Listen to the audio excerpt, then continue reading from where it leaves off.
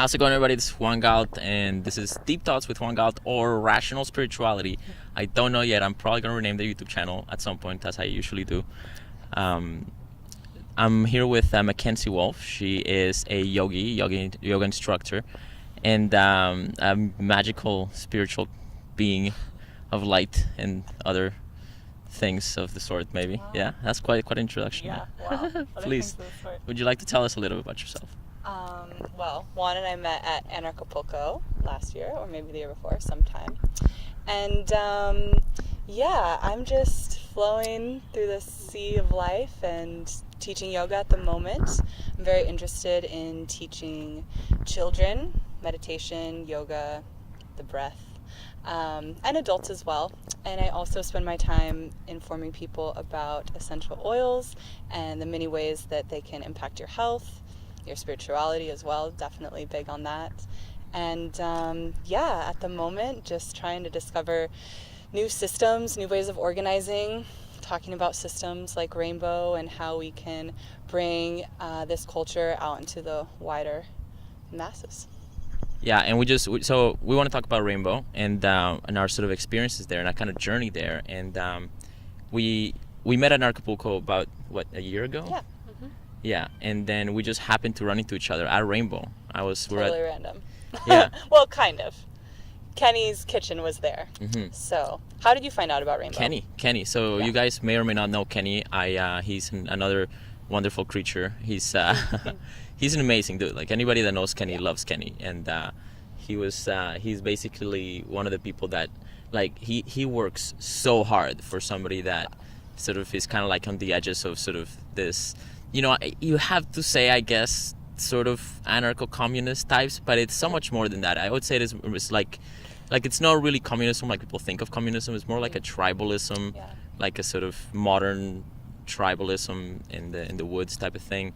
And people interested in community and community building and helping people sort of have the freedom to heal. And that was a sort of big thing in Rainbow, was sort of having the freedom to heal and be yourself in your natural habitat, because we are kind of so disconnected from nature. And wasn't it amazing? Like, I felt like my instincts and my sense of the world was aligned with the world while I was in Rainbow. Whereas when I'm in society and I have all these phones and like computers and there's so much going on, it just feels like my brain's kind of saturated and you have to adjust and fit and sacrifice things. And Yeah, certainly. Getting back to just the Earth's natural rhythms, and like you said, not having technology is a huge part of that, but just simply rising with the sun, watching the stars at night, just going through these cycles and not always checking the time. So that was a huge thing for me. I didn't have a watch. I didn't have my phone with me. I wasn't on a tablet or a computer at all. And we kind of just told time by where the sun was, and then just the kind of general vibe of where people were going. But that was what was so beautiful, was no one really had to be anywhere on time. There was hippie time, or hippie noon it was called. But the concept of time was something that really changed for me, and just being okay with not getting to places so quickly and having time to actually get into discussions with people and just sit there and really give them your full attention, because you're not distracted by some message popping up on your cell phone. yeah, you don't have an appointment to get to or anything like that. And if you want to go somewhere, you just feel it out, basically, because there is no time, there's no watches. I was the only person that I saw with a watch, and mine is kind of like stealth because it's like attached to this thing. And so people will be like, what time is it? And I would tell, and people are like, no, don't say it out loud, man. Don't say it out loud. Yeah, there's definitely, it was my first Rainbow as well, both of our firsts. So there's a lot about the culture to learn and kind of plug into that are Rainbowisms, or just, this has been going on for 45 years. So to come in as a newbie, 45 years post, it started in 1972. In Estes Park, Colorado, which I lived nearby for a long time, and I just love to know that the roots of Rainbow are there. 45 years of built up community and structure and ways of doing things. So getting to Rainbow was kind of just being immersed into a new culture, and we just got to learn by experience what those Rainbowisms were. Yeah, I mean, if you've never heard about rainbow, the way that it was described to me, or the impression that I had, was that it was a massive hippie gathering in the middle of a random forest that they pick. And it's not random. They put like so much thought and conversation in this. Like, it's not like there's a company or a board or some dude that decides it. It's a consensus group where anybody can get in and sort of make their case, and people will listen to them until like they're done talking. You hold an eagle feather, and you walk around. Vision Council. And then they that's how they organize. And they have like scouts that go and look at areas, and then they come back and they just have this conversation for months until they find a spot, and then they go there, and then there's this American kind of government agency called like the Forest Service people. Land management another. And their job is to, like, I guess, make sure that you don't burn the place down or annoy people, however you want to look at it. But they seem to be concerned, and they are always concerned, and government is concerned over everything. And so, but they were there, and so they engage with them, and they try to make sure that they were like, yeah, we're gonna clean up everything, and we're gonna make it like we weren't there, and they're still there probably right now cleaning the forest, and like sort of they actually reseed the paths to places so that flowers and grass can grow again on those paths and stuff, and they really take it very, very seriously. And that was one of the things for me. I feel like I acquired a kind of appreciation for nature that I didn't have before, to the point where I don't really throw cigarette butts on the ground anymore, and I didn't throw them at all there, and I usually don't care, but I couldn't there because it's just like, no, right? Like, it's not proper.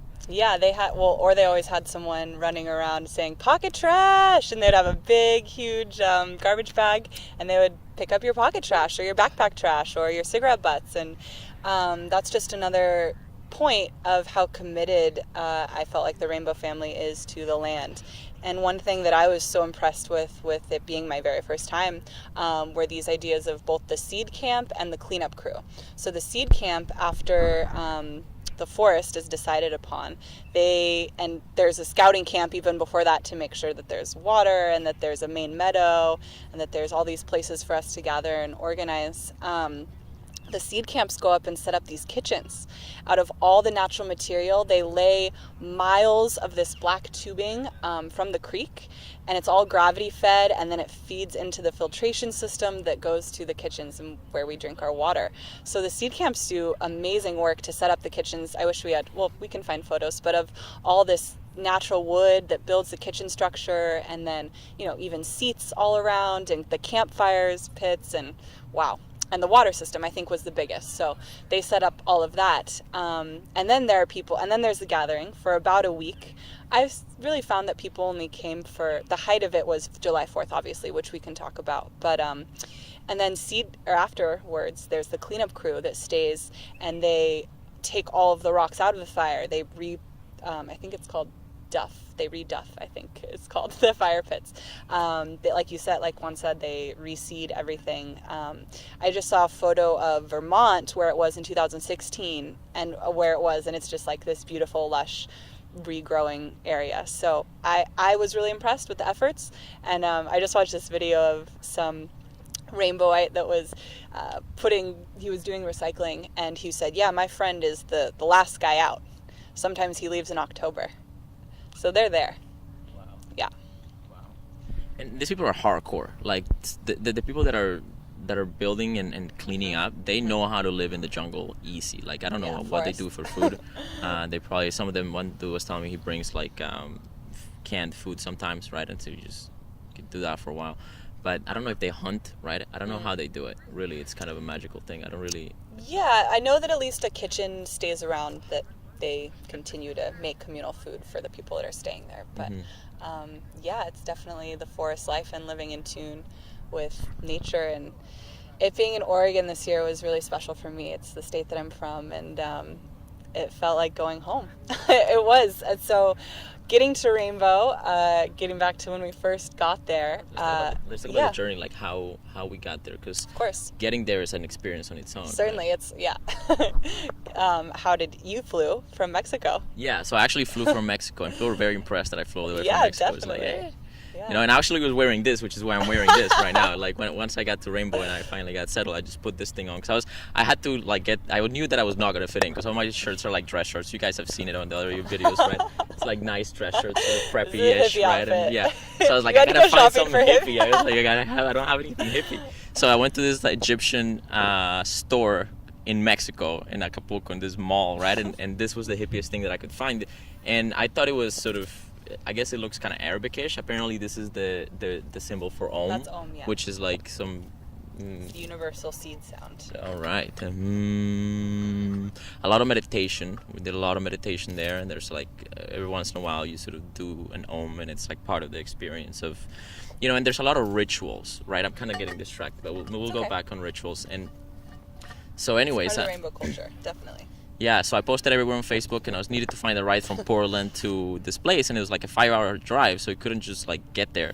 And then yeah, so at some point, one dude bailed, and then later on, the day that I wanted to go and like find somebody, I was ready to grab my backpack and go and find like the sort of street kid hippie places in Portland and try to find somebody. And some dude Facebooked me, and he was like, "Hey man, you still need a ride?" I'm like, "Yeah." So he just picked me up, and we went, and I gave him some gas money, and it was a beautiful ride. And yeah, it was a good time. Nice. I was trying to get some friends from Portland to go, but you know, people are busy. It's hard to take off so much time and unplug. So I ended up just having a van, my travel van that I take, and I just found some people that were posting, like Juan, on the Facebook thing, and just said, "Hey, I have a van, let's go," and met some amazing brothers and sisters from New York and Ohio, and that was like the start of my Rainbow, picking them up. And they had all been to Rainbow a couple times, maybe like 2 or 3 years, and each of them gave me the little insider tips of what I would need to know about going there and setting up camp, and where you want to set up camp, and how to go poop. That's, you know, a huge important topic. It's a whole thing. There's books. Oh my God, I don't think I have that little book with me, but it's in my there's house. an actual, it's in your house?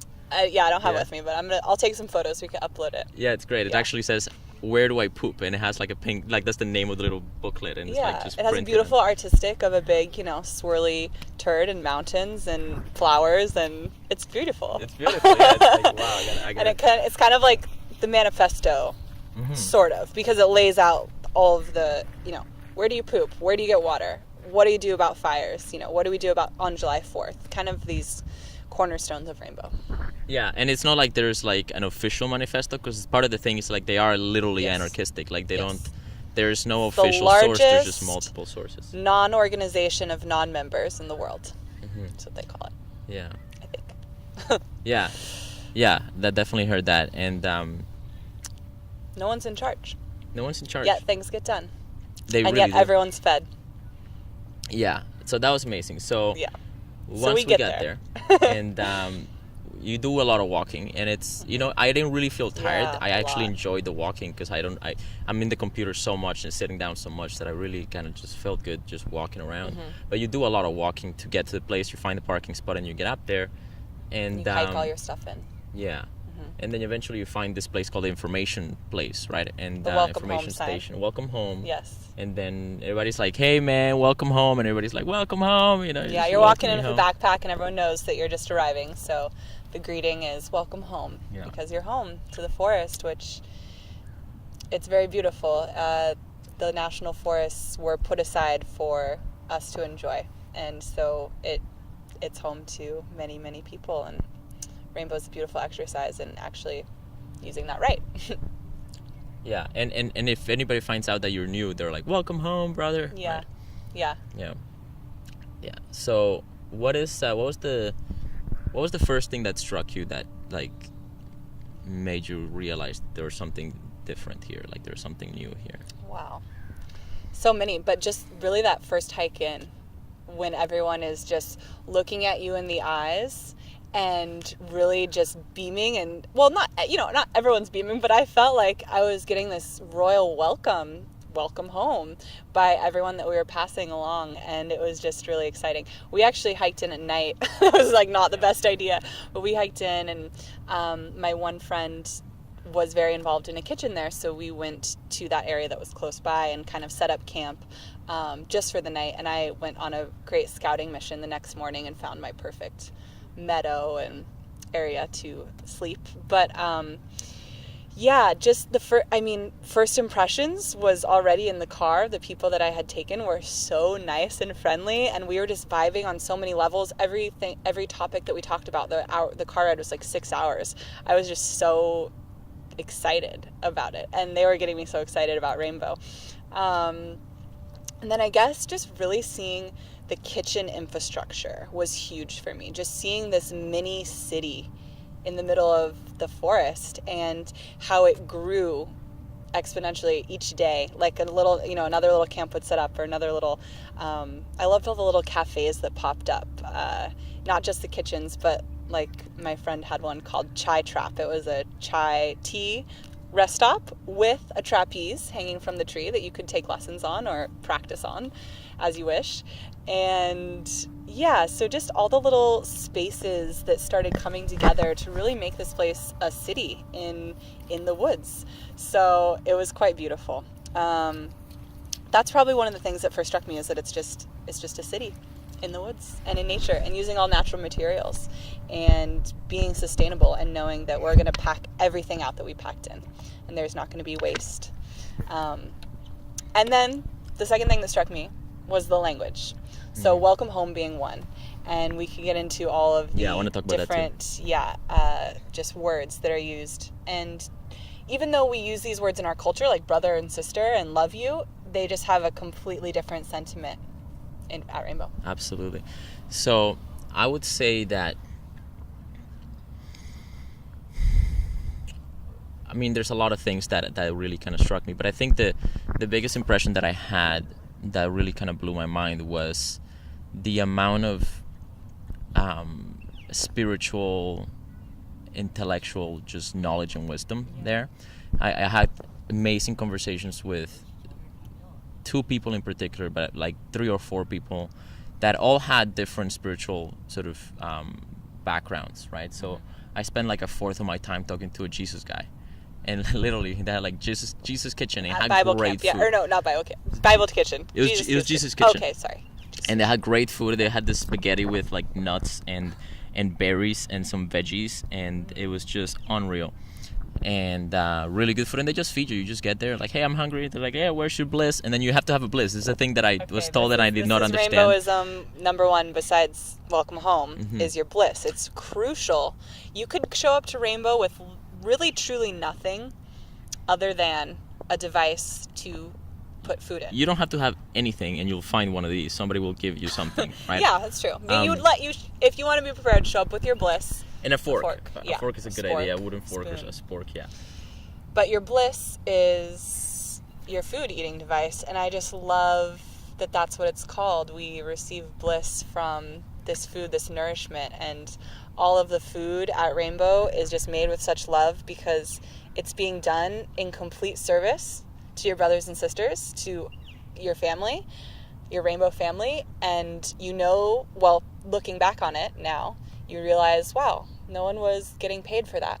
There was no exchange of fiat currency. It was all social currency, out of goodwill, out of wanting to serve. And that makes a huge hard work, but it just makes such a difference in the vibration of the food that you're eating, I think. And I felt it as well, so. It's really good food. Like, I felt like I was really, like, I ate very well the whole week, and it was strange, because I think I eat well, but I felt like I really ate well there. And we're nourished. And you don't have to think about it. You don't have to worry about it. If you're hungry, you find the kitchen and they feed you. And that's basically it. So I went through like 3 Blisses, because I kept losing them. And I found this one. This was just sitting in the ground in front of one of the kitchens, and I saw it. I was like, oh, that's really cool. Oh, no. But I didn't pick it up, because you're not supposed to pick up things on the ground, because they're somebody else's, right? People don't know. Oh, well. People don't know. And I to me, it was like sort of vague. I hadn't heard people say like, don't. It's called ground scoring when you pick up something from the ground. Like, you're not supposed to ground score things, right? But at Rainbow, that's the good neighbor, good karma rule. No ground scores at Rainbow, which I learned actually from a really awesome artist, musician gentleman who was singing different PSAs about no ground scores and also about burying your shit. So that was really helpful to hear those rainbowisms in song. Speaking of song, there's no electronic music. They asked people not to bring electronic music devices, or at least not to use them. And so all the music that was there was live music, organic people playing. And that was, I think, one of the first impressions that I had too, was I was walking up and there's a guy playing the violin over there, and then you go up a little bit further and there's drums, and a little bit further and there's like a saxophone, and oh my God, it's amazing. And one day I was sitting at a friend's camp, and just this traveling band came around with an accordion, a saxophone, and then this guy had his Bliss. It looked like his Bliss. It was like a metal thing that he was playing like a snare drum with the little needles from the tree, like the really long ones. It was incredible.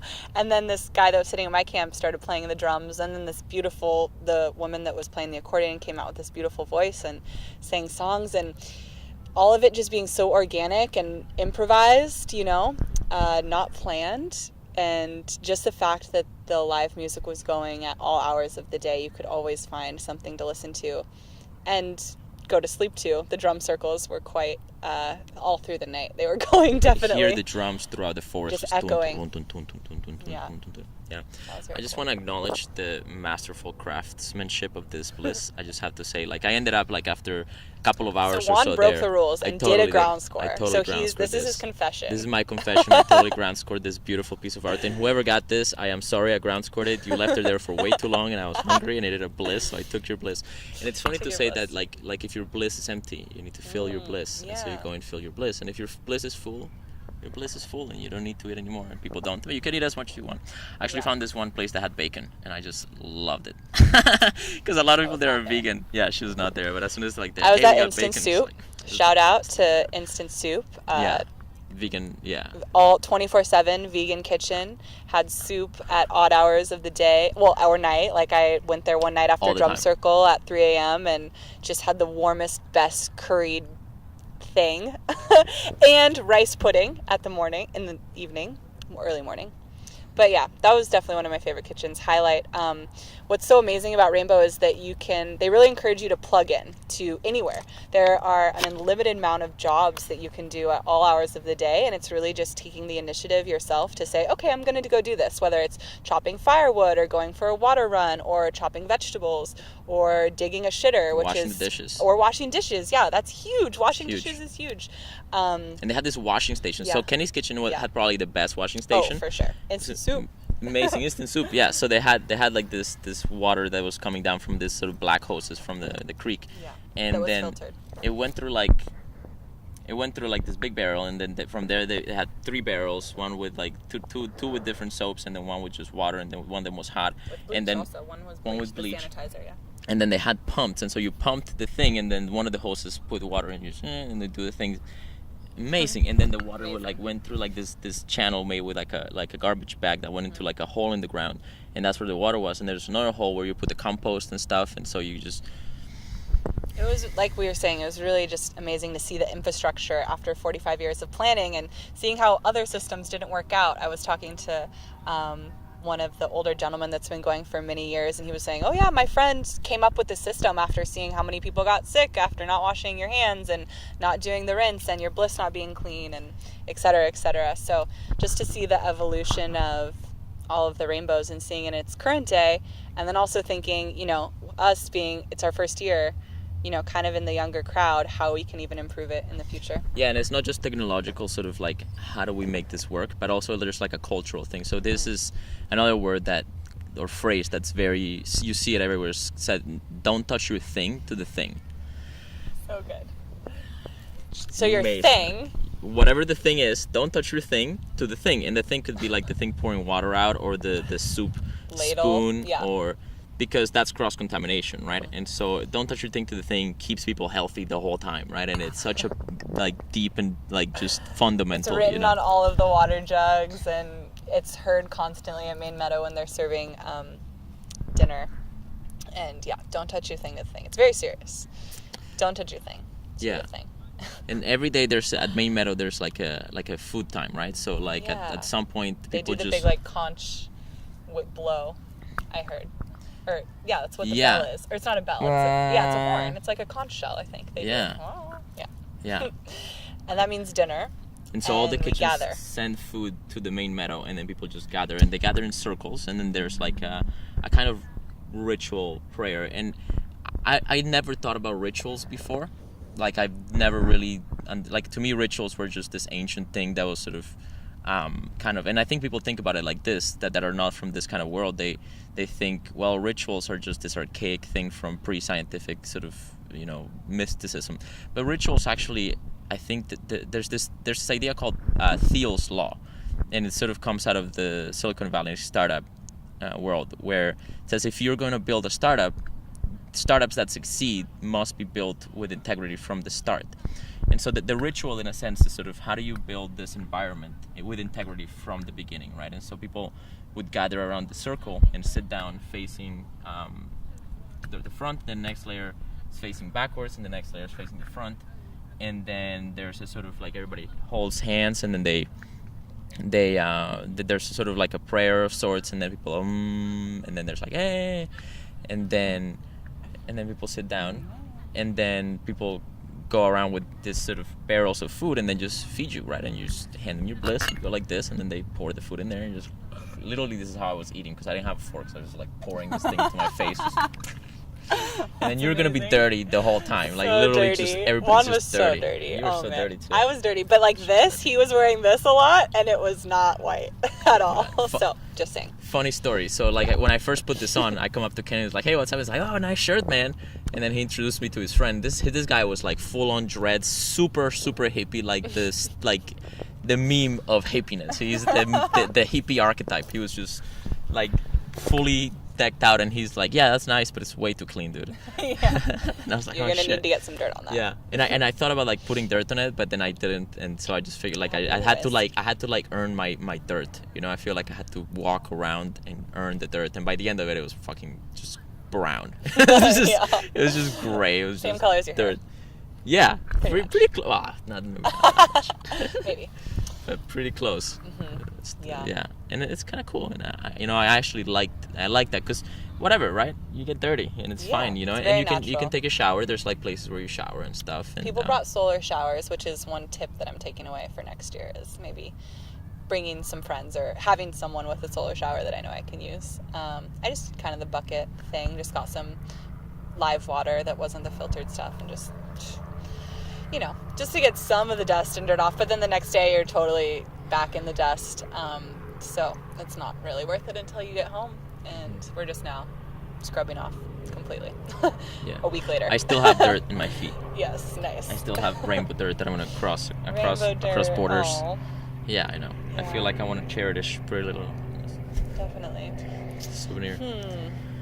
What else about Rainbow? There were so many magical things. Yeah. I think definitely another big part for me was just the fact that we didn't exchange money, or money in the form that our current culture thinks of it. The only time that you see dollar bills there is at Main Meadow at dinner. And we all gather in these circles, as Juan was saying, and the food is brought around by these amazing serving humans. There's a little parade that's called the Magic Hat, and someone has the bucket, which is the Magic Hat, and there's a little band that comes behind them, and they gather money for the family, and this money is used for food runs. So the Rainbow Fam, yeah.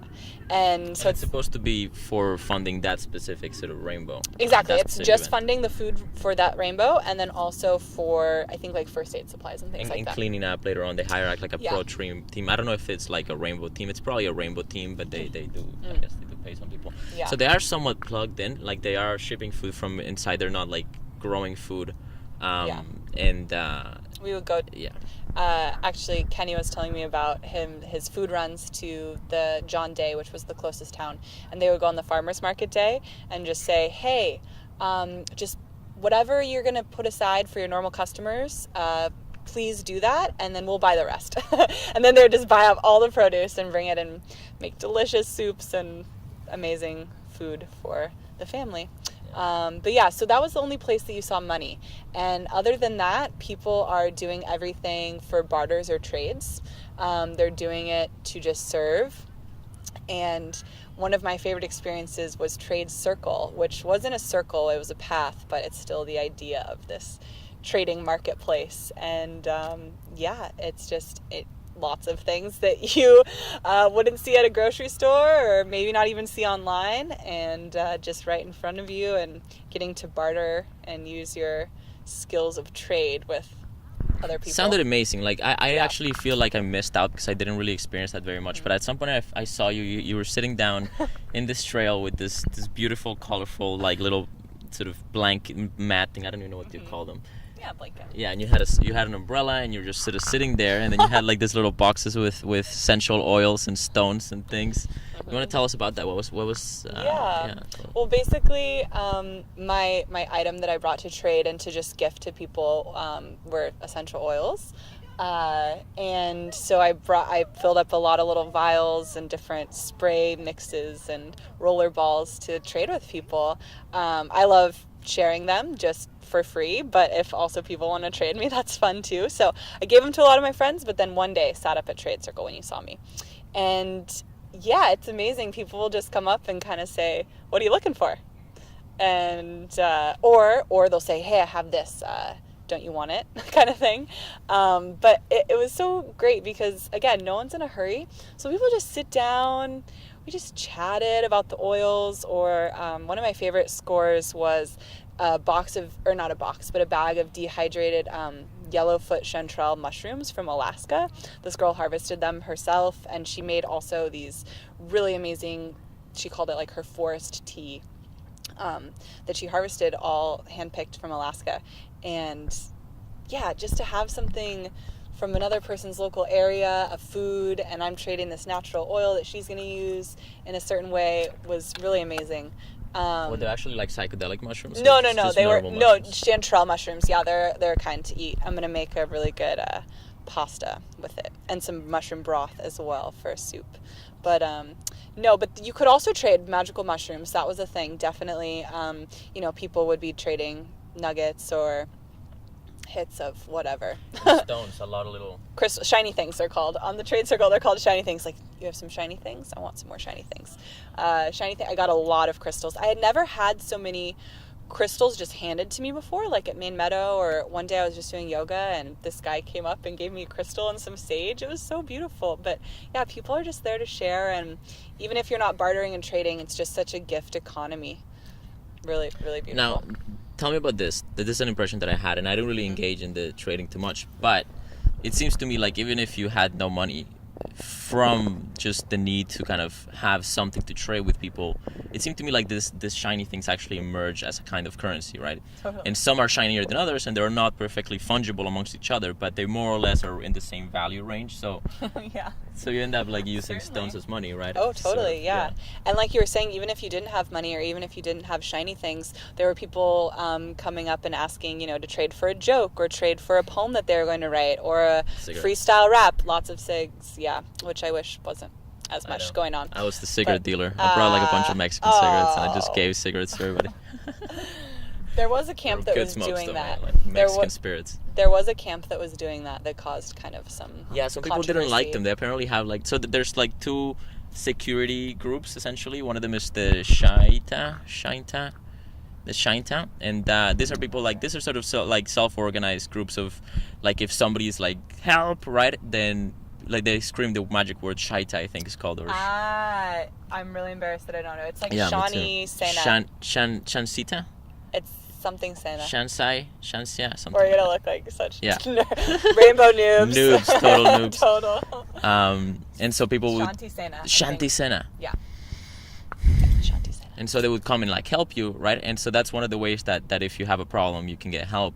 And they apparently have their own sort of organization around that, and there's some tensions there, but and they go around and give people cigarettes, right? And these guys are like fully decked out hippie, but they're like that was Nick at Night. Nick at Night, yeah.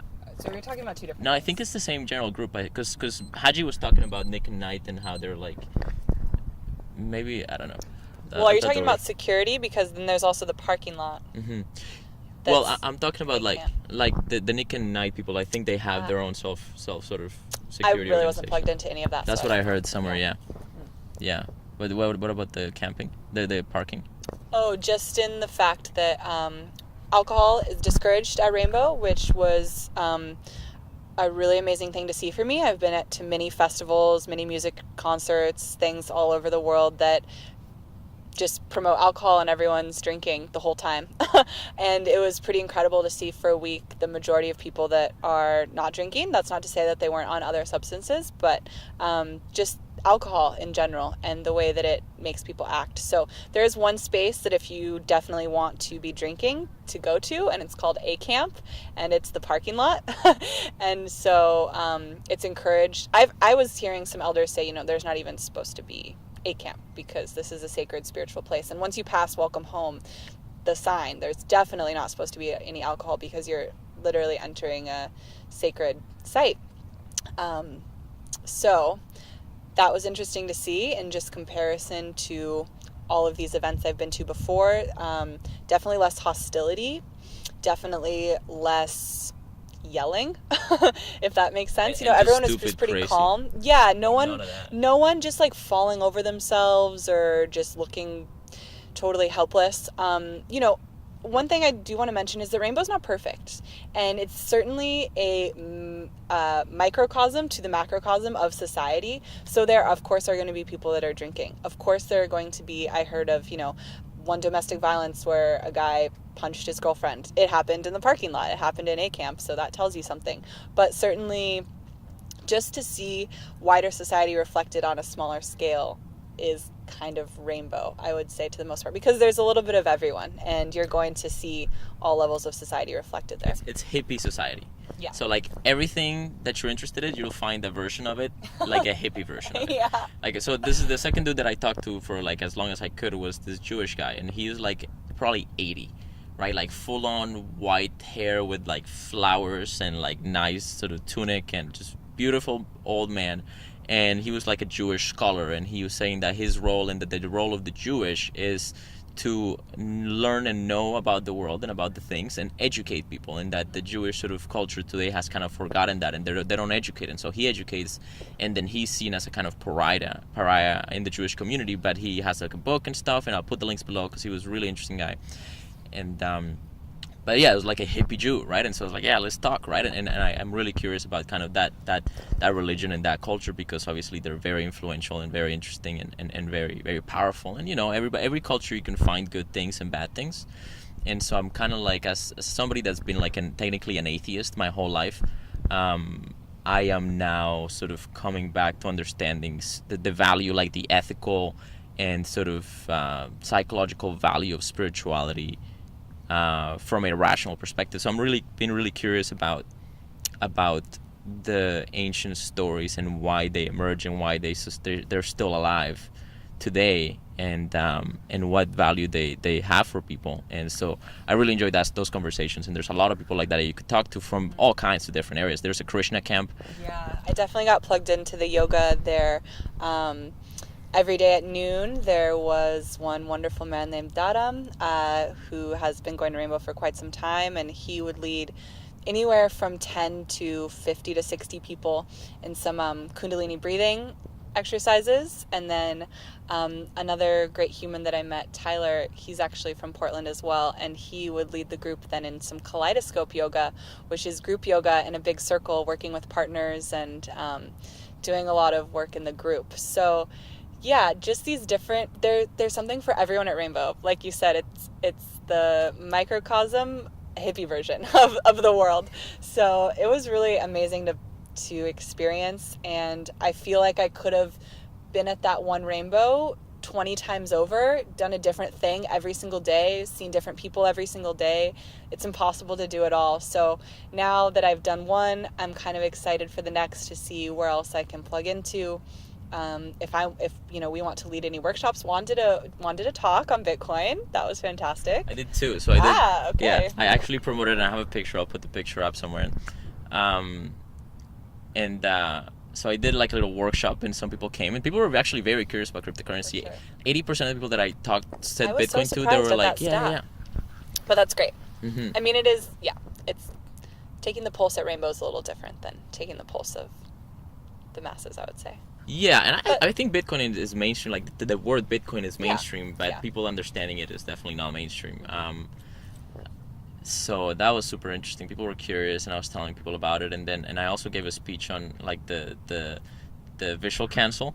I got out there. Vision Council. Oh yeah, I spoke Yeah, too. she too. Yeah. Yeah, Vision Council. Do you want to Yeah. tell what Vision Council is? Yeah, so Visions Council is like this one sort of circle that people form at some point for some On July reason. 7th. Oh, it's only on July 7th? Well, there's different councils throughout Rainbow, but Vision Council specifically is the one that starts on July 7th, the last day of Rainbow, and it doesn't end until the next year's state site area is decided. So it starts at noon on the 7th, and it goes until you can't see the whites of anyone's eyes anymore. So the first day we stayed, I didn't stay the whole 9 hours, but it literally went until 9 p.m.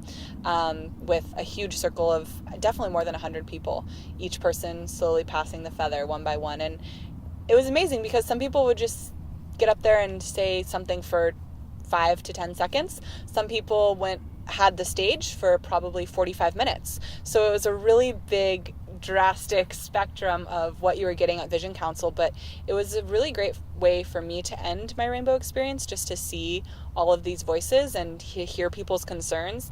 I felt like my Rainbow was kind of like cloud nine. Everything's so great. This is amazing. I can't believe this is real. Wow. But going to the Vision Council, I got to hear people's concerns and people that have been going for a really long time and saying how, we do need to be more vigilant about hand washing because there were people that got sick. And again, Rainbow's not perfect, so that's something that we're not going to hide. Like, there was a lot of sickness during that, and you got to keep your immune system up. And I see that, again, as this reflection of society not having healthy systems to rely on. And when you go into the forest and maybe drink something that's not, or eat something that's not completely clean, it's like, how's your body going to react? Yeah, and nothing is perfect, right? Like, perfect is this thing that we imagine and aspire to, and I'm not saying it's a bad thing to aspire to, but nothing can really reach perfection. That's kind of the point of perfection, right? Like, so you can always make it better, right? And Vision Council, they're trying to do that.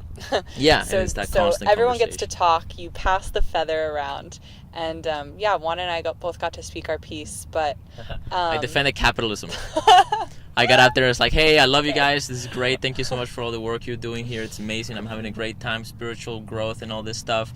I do have one issue with people saying that the world is capitalist today, because it can't be capitalist if the government controls the money supply and dictates at will, creates fiat currency at will with monopolistic violent power counterfeiting, and if anybody else does it, then they go to jail. If you can't compete with currency, it's not capitalism, right?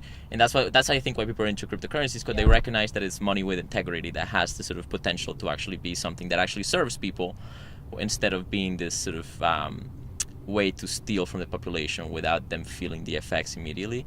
So that was the case that I made, and people were very welcoming. People were like, oh yeah, thank you, welcome home, brother, and all that stuff. So I felt like they listened and they appreciated it, and I definitely appreciated the stuff that they're doing, because it's really amazing. At the end of the day, money is something that you can use, invested in good things for bad things, and they are using their resources to create something very special, which is this healing space, right? And I think that was sort of one of the topics we wanted to talk about, that it's an environment for healing where you don't have to worry about food, you don't have to worry about shelter, right? Just bring a tent or somebody will help you, probably. I don't know how people that don't have tents do, but sleep by some campfire. Yeah, but the barrier is very low, and so once you get fed, you can just do whatever you want, and go talk to whoever you want, and do whatever you need to do for yourself, and it's allowed, and it's designed to support you. And so just the environment, the amount of love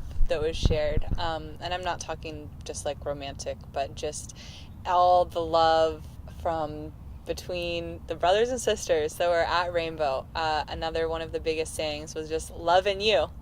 Loving you. You would pass by people and someone's doing something great, or you're just making eye connection. Loving you, sister, loving you, brother.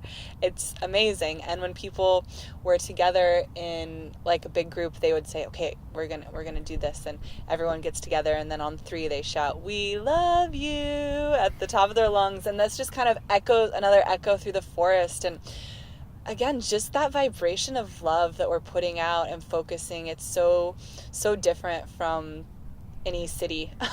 There's not people gathering telling you that they love you at all times, and maybe your food isn't necessarily prepared with the utmost love, and it just makes for a completely different experience, a very heart-opening experience, and a very healing experience, like Juan said. I really enjoyed some of the ceremonies I participated in. I was lucky enough to be a part of 2 cacao ceremonies that were both very different, but both very heart-opening, and wow. What is that? Where? What is that? What is a cacao ceremony?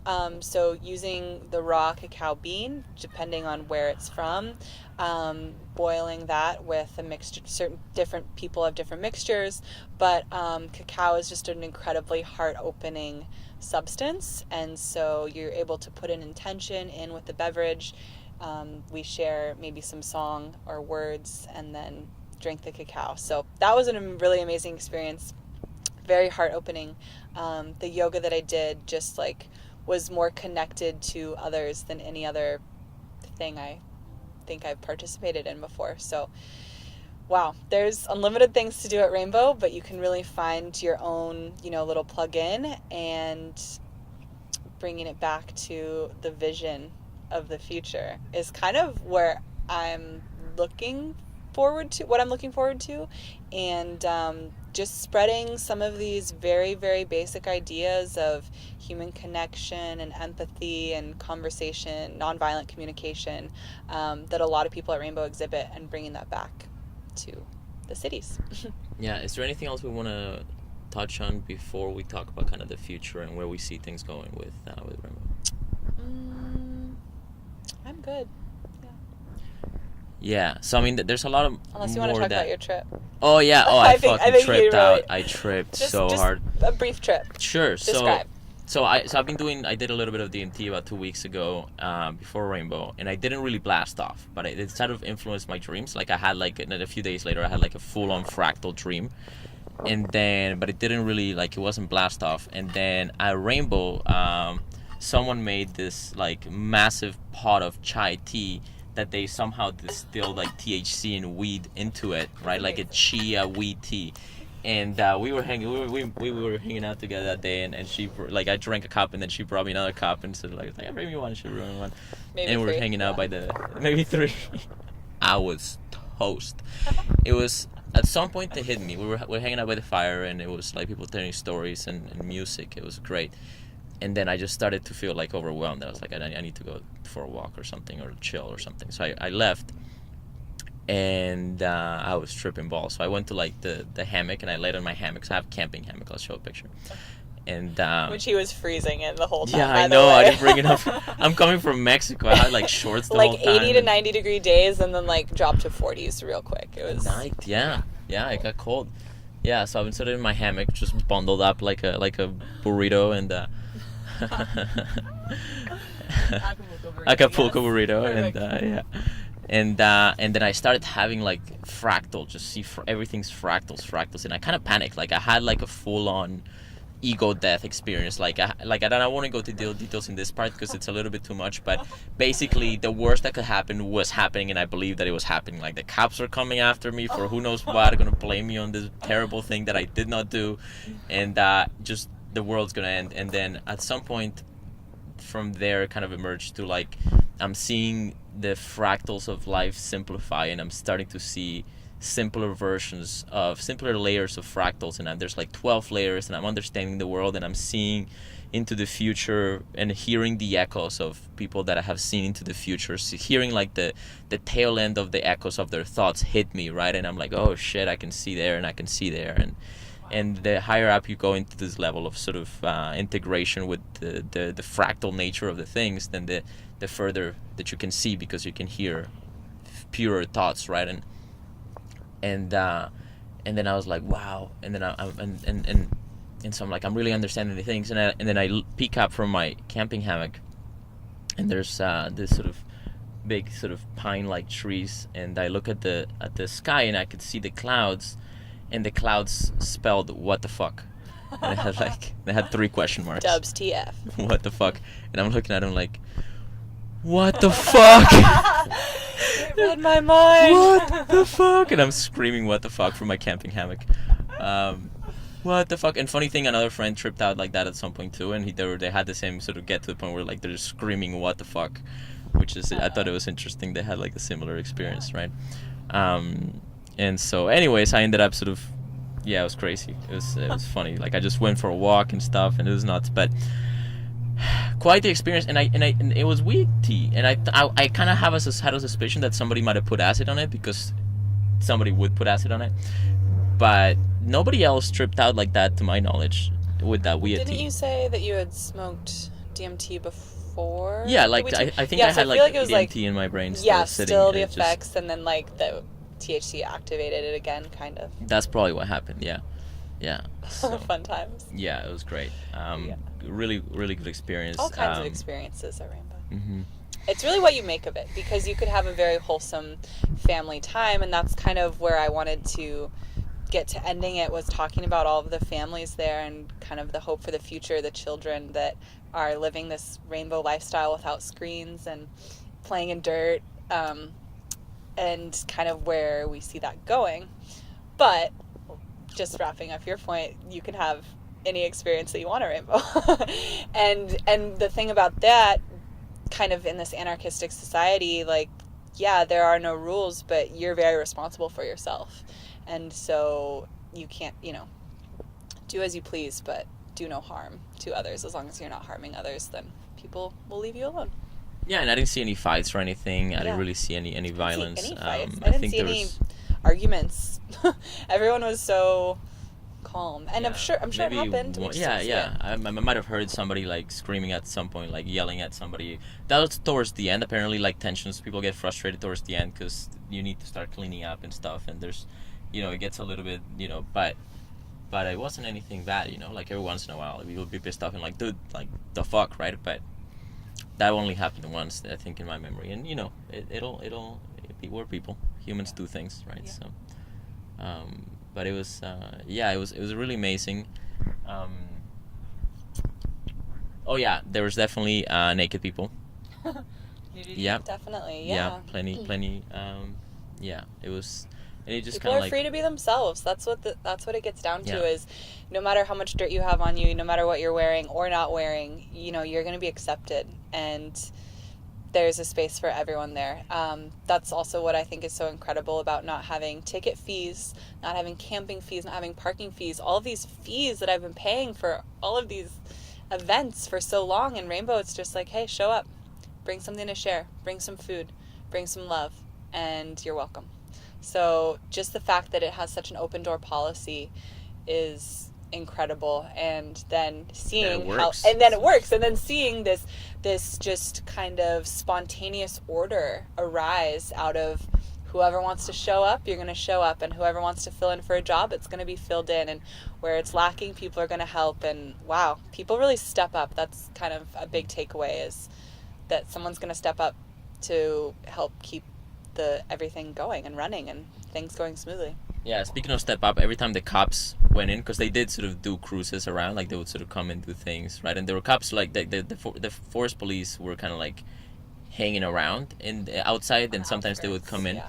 And whenever the cops would come in, people would start screaming, 6 up, and they would sort of just echo throughout the forest. So just let everybody knows, right? And so people do whatever they got to do. And my favorite part was actually the Forest Service was driving on a road once, and everyone is yelling, 6 up, and they just get on their loudspeaker on their phone. They're like, yeah, 6 up, we know, we're here, 6 up. Like, they just started announcing it. So they had, a positive outlook to it. And anytime I saw some forest rangers, I just said, welcome home, loving you, thanks for being here, And they were nice. They're trying to do their service.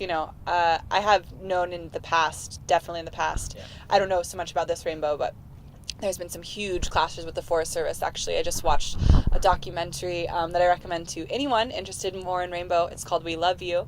They filmed it at the 2008 gathering, which I believe was in West Virginia. Don't quote me on that. But it's free on YouTube. It's like 40 minutes long, and it just shows kind of what the gathering looks like, and what these kitchens look like, and what these setup systems look like. And actually that year there was a really big confrontation with the Forest Service, and they actually came into Kitty Village and shot up some like bean bags and tear gas and all kinds of horrible things. So Terrible. there's definitely been confrontation in the past. This year, I felt like tensions were okay. But it again, was still like even though they were nice, they were still fully decked out, armed, and like you feel anxious immediately. I felt like that anxiety immediately of the cops are coming, and you know they may be nice, but they could do whatever the fuck they wanted, more or less. And I don't know that people were armed there. I don't know that I saw anybody with weapons at Rainbow. definitely not. I didn't see anybody with weapons. Weapons are discouraged for Are sure. they? Yeah, I didn't hear leave your about weapons that. at home. Yeah. So, but I have heard that they like there are some people conceal carry and stuff, and I'd be safe. I feel safer if people are conceal carrying, but anyway. So I mean, I didn't really see any weapons, and nothing really happened. And I felt completely safe. I mean, what was your safety vibe at Rainbow? I, as a woman walking around at night, felt totally fine. It got kind of, I admit I was like a little more nervous when people started leaving and I was like the only person on the trail, but that's just kind of like, oh, we're in the dark. It's scary. Or I'm in the forest in the dark. It's not like I'm fearing for my safety at all. And just all of the communities, there was always a fire to go to. There was always someone in earshot, you know, if you needed something, and that was really nice. Yeah, I felt safe. I felt that I left my camping hammock there. Oh, yeah. Yeah. Let me just talk about, like leaving things. So I left my backpack so many places and it was never touched. This is like the biggest thing for me. I left my car unlocked that had my wallet in it, my ID, cash, like all of these things, and other valuables that were in the car that I left unlocked for the whole Rainbow trip. It was closest to a camp, which is again where the booze and the partying is going on. And I went back and it was fine. No one touched my car. That was amazing to me. I mean, yeah. Good people. A lot of good people there. Definitely. Yeah. So, it's getting dark. Yeah, let's wrap it up.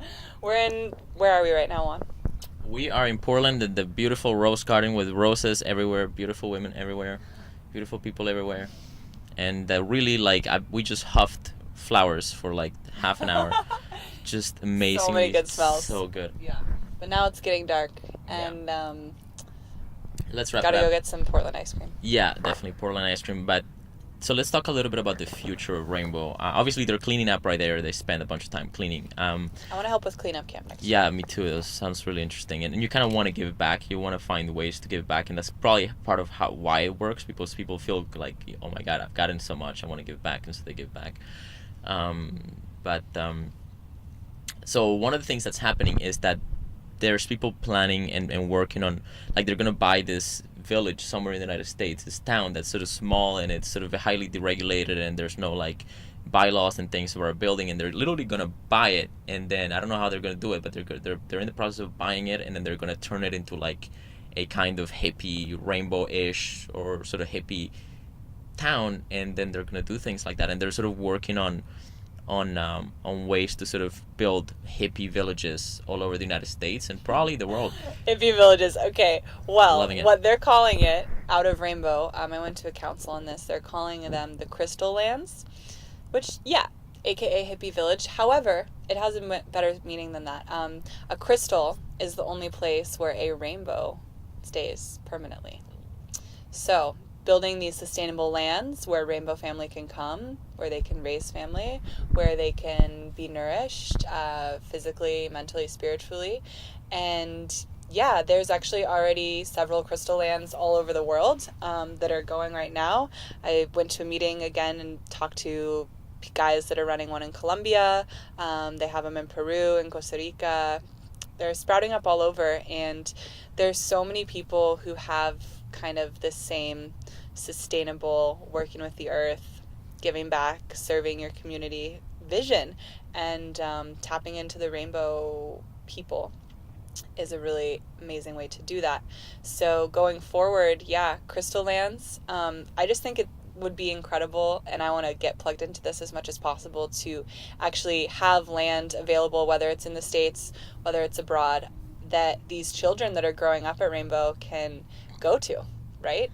And where they know that this paradigm exists all the time, and that they have a place that they can go to that's outside of the norm. But we're going to work on making it the norm. I think that's kind of the goal, is as much of the rainbowisms that we can get trickled into everyday life, whether you're at a rainbow gathering or not, is the goal here. And sustainability, loving yourself, loving your family is huge part of that. Yeah, and sort of personal virtue and sort of that the thing that about spirituality that I like is that it's about how to be a good person, and there's a lot of conversation about that I found, and there's sort of words and the language there, the rainbow language and the rainbow culture. There is that sort of, you know, be a good person and don't do stupid things, and there's sort of those isms, right? Like the whole don't touch the thing to the thing. That's like a really important ethic, if you will, right? Of how to not, you know, cross-contaminate and harm other people, get them sick and stuff.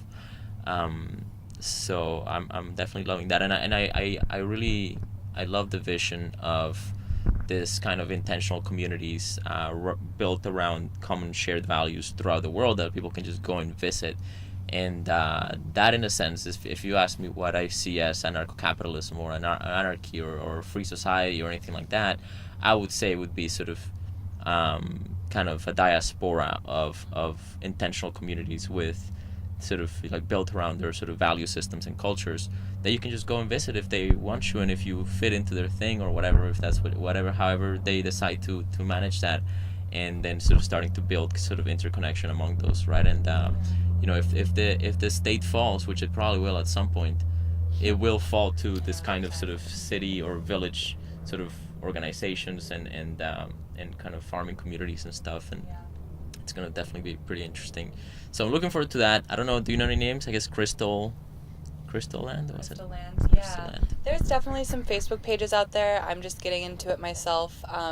But I also am really interested in the worldwide, the international rainbow gatherings and the different countries that host them yearly. And then there are also international ones. Yeah, so it's amazing community to plug into. I definitely just recommend Googling Crystal Lands and rainbow. And one thing that I'm really excited about, I just want to put out there for all of you travelers that are looking to see different places and understand this rainbow culture.